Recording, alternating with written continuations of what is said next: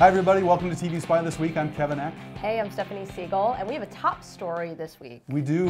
The White House invited a handful of local reporters to dinner this week before Trump addressed Congress. Yes, 20 of them. And 18. Oh, 18. Okay, I was wrong. But I do know that it was supposed to be off the record, and guess what? Kevin and I saw so many pictures. So many pictures. Facebook, Snapchat. Yes. Selfies outside the White House. Yep, saw a picture of the menu. Yeah. So it turns out that one of my friends was there. That's right, Paul Legrone. And we got You got the inside scoop. We did. I'm so happy to welcome my friend for an eternity, former coworker, and anchor reporter at ABC Action News in Tampa, Paul Legrone. Welcome, Paul. Hi. Welcome. Thank you. So, Paul, you were at the White House dinner that we reported on that was top secret. How did you get chosen? Well, so I work for Scripps. Scripps owns ABC Action News as well as a number of other local TV stations across the country. And the White House put out late word Sunday night that they were inviting 20 local reporters from across the country to the White House for a dinner with the president. And Scripps had 3 slots.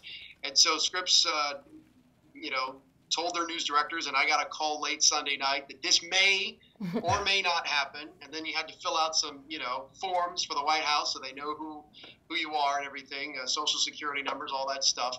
And then it didn't really get confirmed until Monday morning. And then it was book a flight and, the clock was ticking and the race was on to get to D.C. Did you know what the topic would be beforehand? We knew some ground rules. We got a digital invitation that essentially said some of this, maybe all of it, would be off the record, but we got the sense that there may be some opportunity there to actually get some direct quotes. Mm-hmm. And we were told no recording devices. We were told this would be a dinner where the president would be there. And basically, that was sort of the parameters, the framework that we were given directly from the White House. So did he give any indication during the dinner why he's warming up so much to local stations?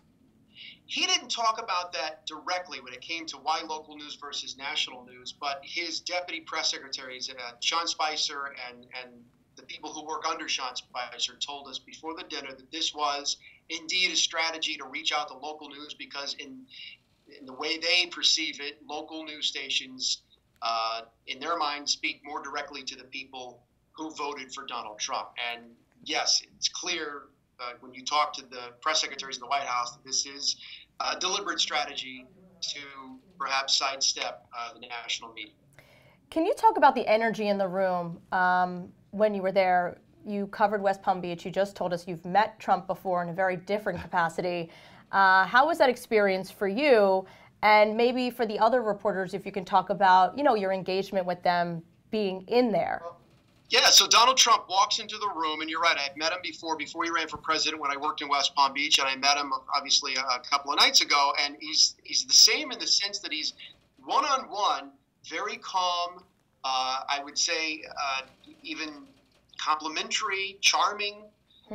He makes jokes. He can be disarming in much the same way people describe Barack Obama, in the sense that he makes it feel like it's safe for you to not be stiff around him and not, feel like you have to put on a different aura other than yourself. He walks into the room with Melania Trump, which I wasn't expecting, and went around the table and talked one-on-one with every reporter in the room briefly, and then sat down. And then it was 90 minutes of what, as the evening went on, it became less and less formal and really became more like a dinner discussion. It's interesting. It was much more intimate of a setting than I thought it was going to be. I thought it would be a big room with a bunch of people, and he would walk in, say his hellos, maybe give a speech, take a couple of questions, and walk out. When we went into the stateroom and I realized, wow, this is a formal dinner where they entertain heads of state from other countries, I thought, this is pretty unique. And then it was 90 minutes of Trump taking questions and eating. Wow. I have a quick follow-up for you. What was your discussion with Trump, and what kind of questions did you ask, for your viewers? Did you get them answers that they were looking for? So right off the bat, he sits down.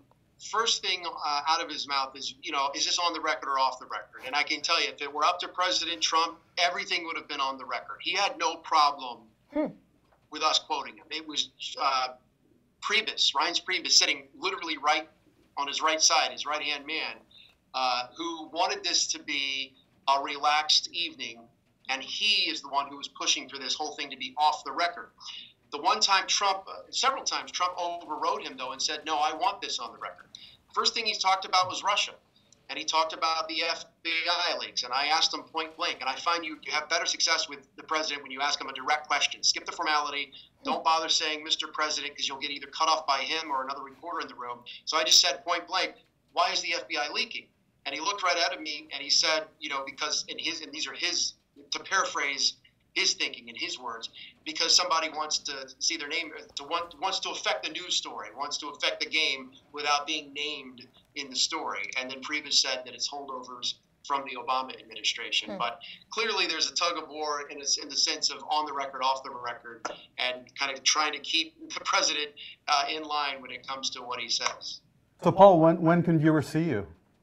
I anchor the 5:30 newscast here in Tampa on ABC Action News, and I report anytime between 4, 5, 6. I fill in for all the newscasts, so I'm kind of all over the place, but mainly at 5:30, 5 days a week. Well, it was good seeing you. Yeah, thanks so much for joining us. Movers. I have two people today. Real Media Group's Job Catalyst program plays two people at KFBB in Montana. Is Montana big sky country, or is that one? I guess it I don't know. I know that it snows a lot there because we have some people there.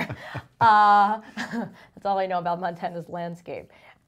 Avery Cannett's going to be a producer there, and Ty Hawkins an anchor there. So go, guys. We're really proud of you. Nice. And I reported somebody leaving KFBB. The interesting thing to me, I have to get my phone because, you know, I didn't really memorize this, but that Amanda Rowley left. And the interesting thing to me about her goodbye on the station website was they didn't really talk about her career. Just a bunch of people posted how much they liked her and how much they respected her. And I thought that was really nice. So we work a lot with that news director, Deja Charles, and she seems like an incredibly supportive news director, somebody who really takes pride in bringing up good, solid talent. And that's kind of the market area where you want that. Yes. That's a smaller market.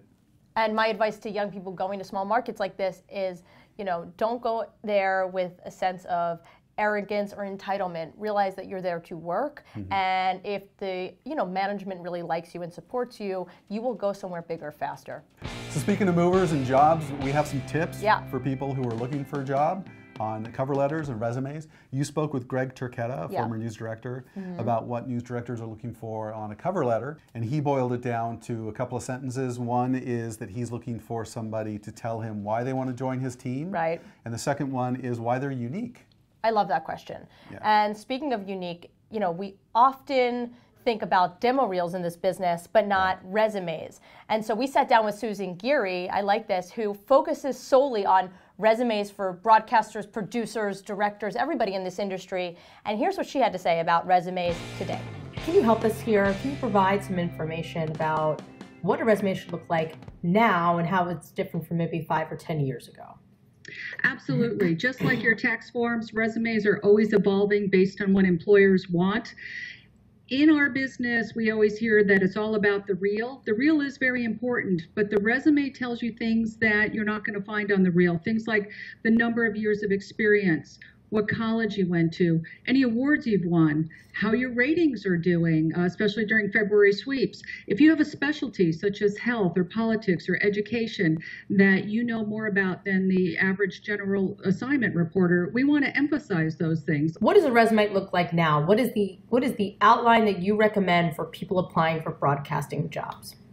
Okay, no objective, a headline at the top, a 5-line summary. I like to have 9 to 12 keywords in there, so those would be your core competencies, such as live shots, or if you have done any weather, sports, producing, those keywords that are really important, but they also match what your skills are. And then from there, we go right into where you've worked. So we reverse chronological is the best. I've heard people talk about functional resumes. They are dead. Do not use a functional resume. What is a functional resume? It's a skills-based resume. It tells people that either you don't have any experience, but you want to get into the field. Maybe you've had a gap, you've been a stay-at-home mom, you're going back to work, or you're changing careers.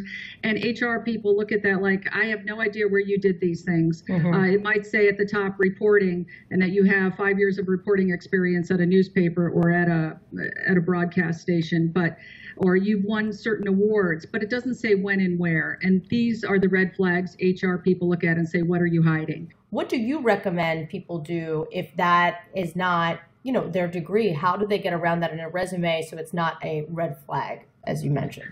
Well, for me in particular, I went to school to be a radio air personality. I do not have a degree in journalism per se. I learned it on the job. I went and I volunteered at a local cable station in Aurora, Colorado, just outside of Denver, to get my feet wet, to get experience. I learned from a woman who was very patient with us, taught us how to edit and how to put together a tape. And after 5 months, started chopping it around and went to Colorado Springs and then moved on back up. So what you're doing is fabulous, because you really do need to have some hands-on experience to have that reel. And if you can't get it in college or you didn't major in that, having a service and having someone hold your hand is great. So that's it for this week's show. Yeah. I hear congratulations are in order. Yeah. I hear you signed a deal with the RTDNA. Yes, Real Media Group has partnered with the RTDNA to provide support, mentorship, and guidance for their new professional members.